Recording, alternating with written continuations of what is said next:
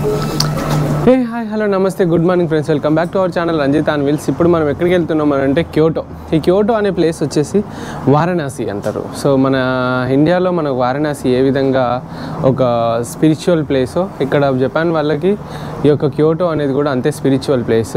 And ఇక్కడ చాలా temples ఉంటాయి. సో టెంపుల్స్ అంటే గోల్డెన్ టెంపుల్ లాగా అండ్ సిల్వర్ టెంపుల్, ఇలా టెంపుల్స్ ఉంటాయి. అండ్ ఇక్కడ బ్యాంబూ ఫారెస్ట్ ఉంటుంది అండ్ మంకీ పార్క్ ఉంటుంది. సో ఇక్కడ మనం ఏం ఎక్స్ప్లోర్ చేస్తామో అనేది నాకు తెలియదు. నాకు టైం చాలా తక్కువ ఉంది, 12 రోజులే ఉంది. ఇంకా దగ్గర 700 కిలోమీటర్ల పైన దొక్కాలి. సో ఈ 5 రోజులు ఏమో వర్షం చూపెడుతుంది. సో దట్ నేను క్యోటోకి ఇవాళనే కంప్లీట్, ఇక్కడ నుండి 30 కిలోమీటర్ల దాకా ఉంది. ఇవాళనే వెళ్ళేసి మొత్తం చూసుకోవాలి. అండ్ ఇప్పుడు మనం అయితే కెఫే నుండి బయలుదేరుతున్నాం. మనకు 12 గంటలు రెస్ట్ దొరికింది. ఈ 12 గంటలలో 2-3 గంటలు ఎడిటింగ్కి పోతే ఇంకొక 7 గంటలు ఎగ్జాక్ట్లీ చెప్తున్నా, 7 గంటలు పడుకున్నా నేను. అందులో గంట సేపు లేచి అటు ఇటు చూసిన అనుకోండి. సో అది ఇప్పుడైతే స్టార్ట్ అయిపోదాం. క్యోటో సైడ్ ఏమేమి ఉంది ఏంటి, దారి పొడుగునా తీయను. అక్కడికి వెళ్ళిన తర్వాత తీస్తా, కానీ దానికి వెళ్ళిన తర్వాత మొత్తం ఎక్స్ప్లోర్ చేద్దాం. And finally bye. So friends, almost ఒక 8 కిలోమీటర్స్ అయితే వచ్చినాం. నేను కావాలని రూట్ని డైవర్ట్ చేసేసి నేను ఒక విలేజెస్ అంటారు కదా, సో అలాంటి ఒక మంచి గలీలకి వెళ్ళి అయితే తీసుకుపోతున్నా. ఎందుకంటే అప్పుడే మనకు స్ట్రీట్స్ ఎలా ఉంటాయి అవి ఏంటి అని చెప్పేసి తెలుస్తుంది. సో ఇప్పుడు మనం ఆ స్ట్రీట్స్లోనే ఉన్నాము. కొంచెం అతుకుల బొంతల రోడ్లే ఉన్నాయి అనుకోండి. మట్టి రోడ్డు మొత్తం సిమెంట్ లేసింది, కానీ ఎందుకు ఇట్లా పెట్టారో తెలియదు.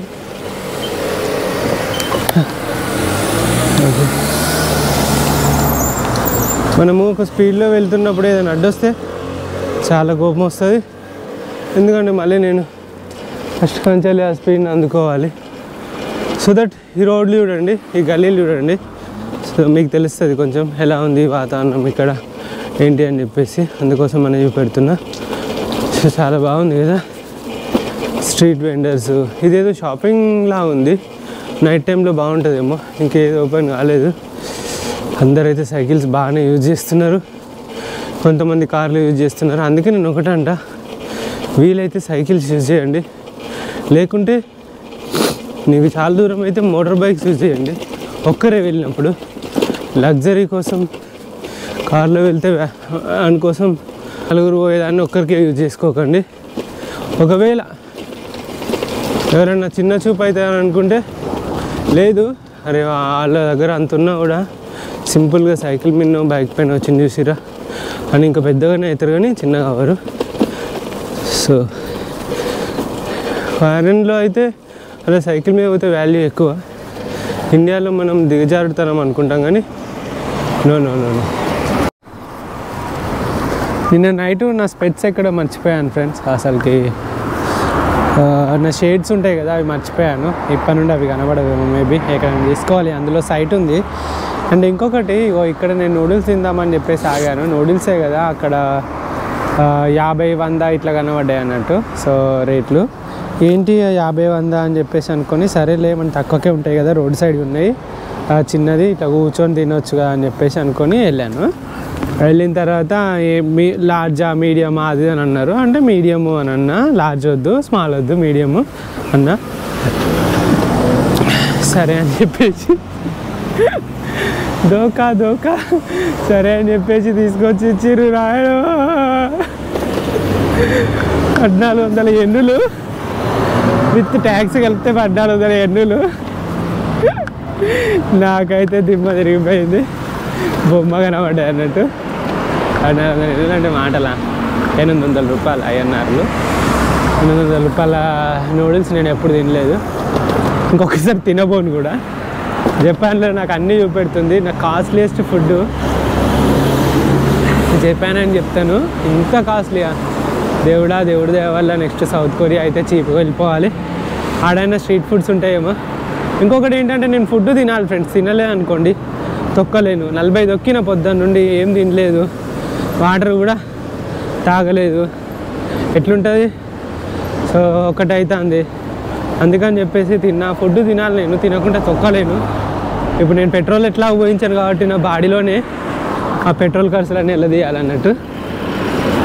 కంటికి నిద్ర ఉండాలి, ఒంటికి ఫుడ్ ఉండాలి. ఇవి రెండు మస్ట్ అండ్ షుడ్. అప్పుడే ముందుకు వెళ్తుంది బండి, లేదనుకోండి అస్సలకి ఫుల్ చిరాకు వస్తుంది. ఇప్పుడు కింకాకుజీ అని చెప్పేసి గోల్డ్ టెంపుల్ అన్నట్టు, గోల్డ్తో చేయబడిన టెంపుల్. మనం అక్కడికి వెళ్తున్నాము. 6.2 కిలోమీటర్స్ ఉంది ఇక్కడ నుండి. అక్కడికి వెళ్ళిన తర్వాత ఆ టెంపుల్ ఎలా ఉంటుంది ఏంటిది అని చెప్పేసి ఎక్స్ప్లోర్ చేస్తా. చూద్దురు కానీ మీరు కూడా నా కళ్ళతోటి, నా కెమెరా కళ్ళతోటి. మంచి ప్లేసెస్ కూడా ఫస్ట్ టైం ఇది ప్లేస్ అయితే, మంచి ప్లేస్ అయితే ఎక్స్ప్లోర్ చేయబోతున్నా. అదండి, ఎక్కువసేపు ముచ్చట పెట్టకుండా వెళ్ళిపోదాం. ఇప్పుడు మనం వచ్చేసాము కింకాకుజీ టెంపుల్కి అయితే వచ్చేసాము. అసలు ఈ టెంపుల్ ఇంతకుముందు ఇది టెంపుల్ కాదు, ఒక ఎంపరర్ లా ఉండేది అన్నట్టు. సో తర్వాత ఇది టెంపుల్ అయిపోయింది. అండ్ ఇది 11th సెంచరీలో కట్టిన ఒక టెంపుల్. అండ్ ఇది ఎలా ఉంది ఏంటి, అసలు ఇది ఎందుకు ఈ యొక్క క్యోటోని మన జపాన్ యొక్క వారణాసిగా పిలుస్తారు. వారణాసిగా పిలవడం అని అంటే, సో మనకి ఏ విధంగా అయితే వారణాసి కాశీ ఎంత పవిత్రమైనదో ఈ క్యోటో కూడా అంత పవిత్రంగా వీళ్ళైతే చూస్తారు అన్నట్టు. సో ఒకసారి టెంపుల్లోకి ఎంటర్ అయ్యి చూద్దాం ఎట్లుంటుందో. ప్రస్తుతానికి అయితే మనం ఎంటర్ అయిపోయినాం టెంపుల్లోకి. ఏంట్రా ఇది, వీడియోగ్రఫీ లేదా, ఇంకా ఇది చూసి ఏం లాభం. చలో, మనకైతే ఇక్కడ టెంపుల్ కనబడుతుంది కదా, ఇదే టెంపుల్. అండ్ మనకు ఇంతకుముందు అయితే ఇది ఒక ఇల్లులా ఉండేది, కానీ ఇప్పుడు టెంపుల్ లాగా మార్చారు అని చెప్పేసి చెప్తున్నారు.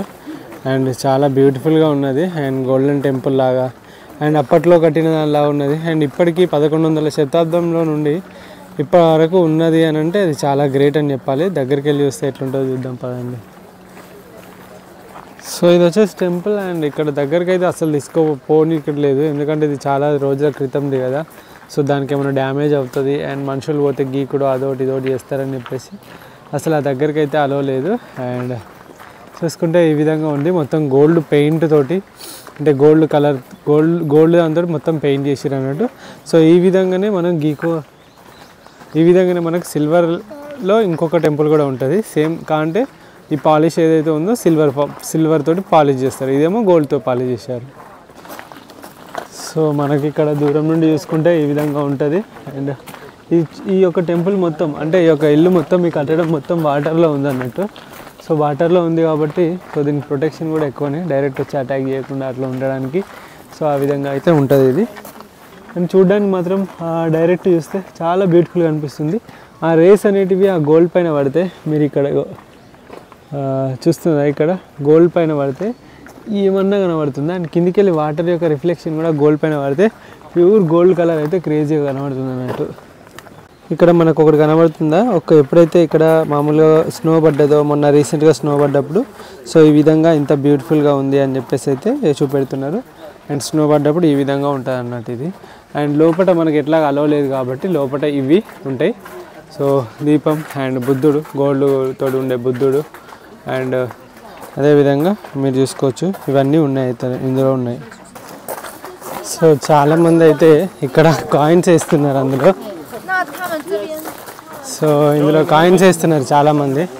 నేను ఇట్లా వేసిన అట్లా పడ్డది, సింపుల్గా జస్ట్ ఒక్కటేసారి పడ్డది. అట్లుంటుంది అన్నట్టు మనతోటి, అట్లా ఏం లేదు, జస్ట్ ఇట్లా అన్నది అంతే. పడ్డది చూసిరా, 2 సార్లు 2 రూపాయలు వేసిన 2 రూపాయలు పడ్డాయి. దట్ ఈజ్ రంజిత్ అన్నట్టు. సో ప్రేయర్ క్యాండిల్స్ అని చెప్పాను కదా, సో ఇది ప్రేయర్ క్యాండిల్స్. ఇక చూడండి, ఇక ట్రాఫిక్ సేఫ్టీ అంటే యాక్సిడెంట్లు కాకుండా.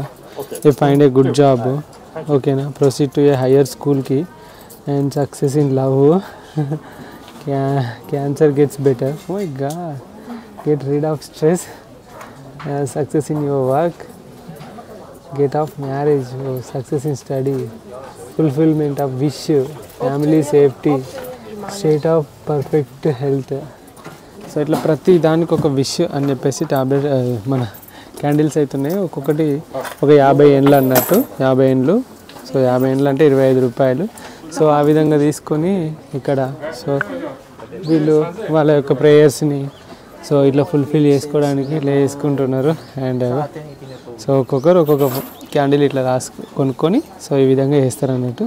సో ఒక కొత్త విషయం తెలుసుకున్నాను నేను ఈ యొక్క టెంపుల్లో. ఈ టెంపుల్ వచ్చేసి ప్రేయర్స్ సంబంధించింది. సో నువ్వేమన్నా కాలబెట్టినవారా అని అంటే నేనైతే ఏం చేయలేదు, ఇది ఎవరి నమ్మకం వాళ్ళది. అది మనం నమ్మాలని లేదు కదా. చూడండి ఈ గ్రాస్ ఎంత గ్రీనరీ ఉందో, గ్రాస్ గ్రీనరీ ఉంటుంది కదా పిచ్చోడు అంటారంటే. సో అట్లా ఉంది వాతావరణం. కింద మంచిగా ఈ గ్రాస్ పెరిగేటట్టు సెట్ చేసిర్రో మరి ఆటోమేటిక్గా పెరిగి ఉంటుంది. సో ఎందుకో ఇంత బ్యూటిఫుల్గా కనబడతాయి ప్రతి ఒక్కరు కూడా. చూసుకుంటే మొత్తం ఇది టూరిస్ట్ స్పాట్ ఉన్నట్టున్నది. ఈ ఏరియానే టూరిస్ట్ ఏరియా ఉన్నది. సో కాబట్టి చాలా కాస్ట్లీ కూడా ఉన్నాయి అన్నట్టు ఇక్కడ ప్రతి ఒక్కటి కూడా. అండ్ ఇదంతా పక్క పెడితే మీకు ఎలా అనిపించేసింది మొత్తం? సో టెంపుల్ కానీ దాని యొక్క చరిత్ర అదంతా అంటే, సో ఇప్పుడు అదంతా ఎక్స్ప్లెయిన్ చేసుకుంటూ కూర్చుంటే మీకు ఒక్కటి కూడా అర్థం కాదు. ఆ పేర్లు అలా ఉన్నాయి. ఇది 1994లో యునెస్కో కిందికి అయితే వచ్చింది. యునెస్కో హెరిటేజ్ కిందికి అయితే రావడం జరిగింది. కానీ అంతకన్నా ముందు సో ఇది వచ్చేసి ఒక చాలామంది రాజుల చేతిలో మీరుగా మారి కొన్ని రోజుల తర్వాత ఒక టెంపుల్గా అయితే ఇది ఏర్పడ్డది అన్నట్టు. ఇది క్యోటోలో చాలా ఫేమస్ టెంపుల్ అన్నట్టు. అండ్ ఇది మ్యాటరు. ఇక్కడ నుండి మనం ఎగ్జిట్ అయిపోయి బయటికి వెళ్తాం. పదండి, ముందేమని ఉంటే చూపెడతా. అండ్ ఇక్కడ నుండి బ్యాంబూ ఫారెస్ట్కి అయితే నేను వెళ్తున్నా, అది కూడా చూద్దాం పదండి. సో చాలామంది అయితే వెయిట్ చేస్తున్నారు, పోతున్నారు. అండ్ బ్యాంబూ ఫారెస్ట్కి మనం కూడా వెళ్తున్నాము. మన లొక్కలు కూడా కనబడతలేరు. ఇండియన్స్ ఉన్నారా అసలుకి? లేరు అనుకుంటా. చాలా అట్లా పోయి మనం ఎంజాయ్ చేసేద్దాం, చూసొద్దాం ఆ సీన్, ఈ ప్లేస్ని ఎట్లుంటుంది ఏంటి అనేది. నాకు కూడా చాలా ఎగ్జైట్మెంట్గా ఉన్నది. చాలామంది ఉన్నారు. ఇంకొక 600 మీటర్లు ఉన్నది. సైకిల్ పార్కింగ్లో పెట్టేసి వెళ్ళిపోవడమే. సో ఏమో అంటున్నాడు, బట్ ఇక్కడైతే సైక్లింగ్ అయితే అలో ఉంది. అండ్ కానీ కొద్ది దూరం మాత్రమే ఉంది అని అన్నాడు. అండ్ ఇక్కడ చూడండి, టోటల్గా బ్యాంబూ ఫారెస్ట్ అంటే బ్యాంబూ ఫారెస్టే. ఎంత బాగుంది అసలుకి, వెరీ బిగ్.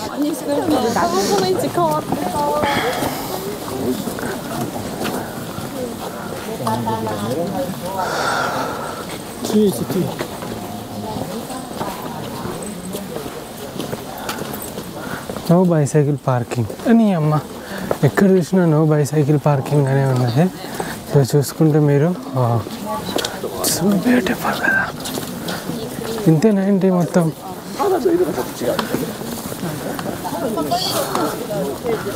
ఇంతే అనుకుంటా, మొత్తానికి మొత్తం ఇంతే అనుకుంటా.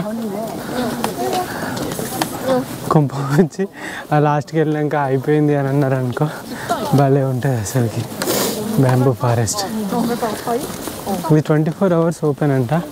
ఓపెన్ కానీ ఏం లేదు, జస్ట్ మామూలుగా అక్కడ దాకా వెళ్ళేసి మళ్ళీ ఇక్కడ దాకా రావడమే అంతే. చాలా సింపుల్ ఫ్రెండ్స్.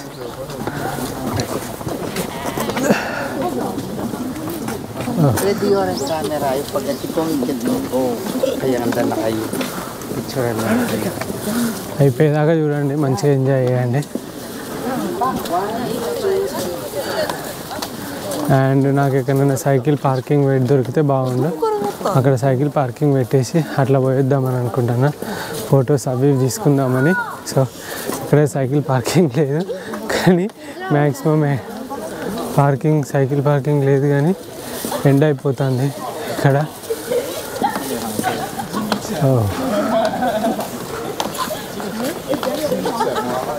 ఇక్కడ అన్ని సమాధులు అవి ఉన్నాయన్నీ.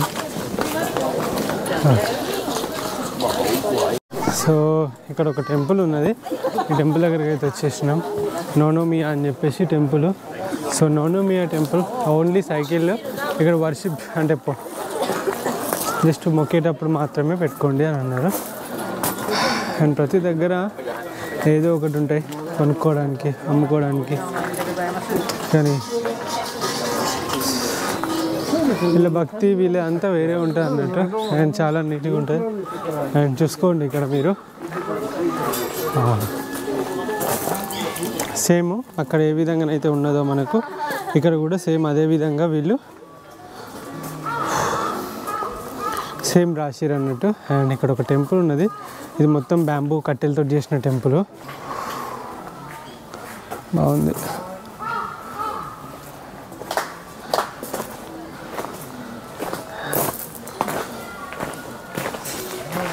సో ఇక్కడంతా మామూలుగా డ్రెస్సెస్ ఏవైతే ఉన్నాయో మన అఫీషియల్ డ్రెస్సెస్ వేసుకొని సో వీళ్ళైతే రావడం జరుగుతుంది అన్నట్టు.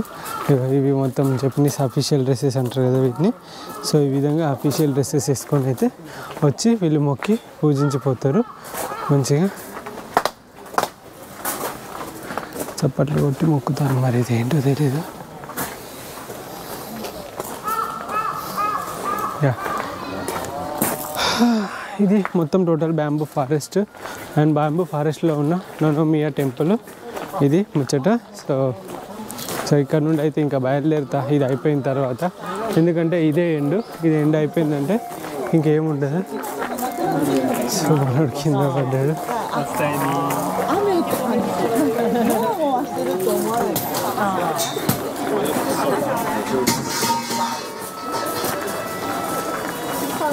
యుద్ధం శరణం వచ్చాను. అందరు మంచిగా ఉండాలి అంతే.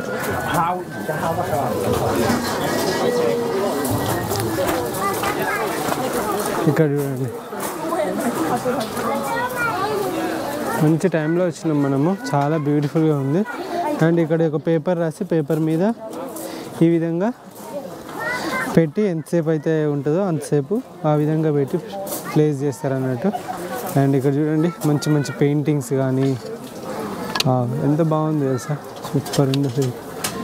అండ్ ఇక్కడ ఇంకొక పెయింటింగ్ ఉంది.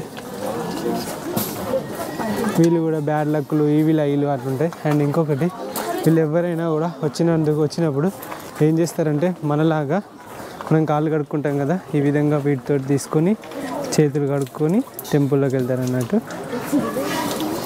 అది ముచ్చట. అండ్ అప్పట్లో ఎట్లుండేది ఇగో.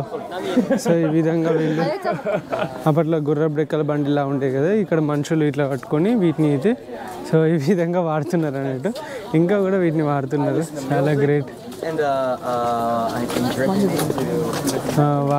వాళ్ళ యొక్క జస్ట్ స్టోరీస్ ఇట్లా అంతా ఎక్స్ప్లెయిన్ చేసుకుంటూ సో ఈ విధంగా వెళ్తారు అన్నట్టు. ఇది వచ్చేసి ఇంకా కొంచెం ముందుకు బ్యాంబూ ఫారెస్ట్ ఉంది. నేను అక్కడ సైకిల్ పెట్టొద్దు, ఏం పెట్టొద్దు, పార్క్ చేయొద్దు అని అన్నారు కానీ సో ఇంకా నేను వినలేదు. ఇటు ఫారెస్ట్ అండ్ ఇటు రైల్వే ట్రాక్ అండ్ మధ్యలో సేమ్ బ్యాంబూ ఫారెస్ట్. సో ఇంకా చాలా చాలా బాగుంది. ఎక్సలెంట్. అది ముచ్చట. మీకు నచ్చిందా? నచ్చితే please do like, share, subscribe Ranjith on wheels. చాలా బాగుంది కదా. I know that. బాగుంది. మంచి ఫొటోస్ దిగేసి వచ్చేద్దాం.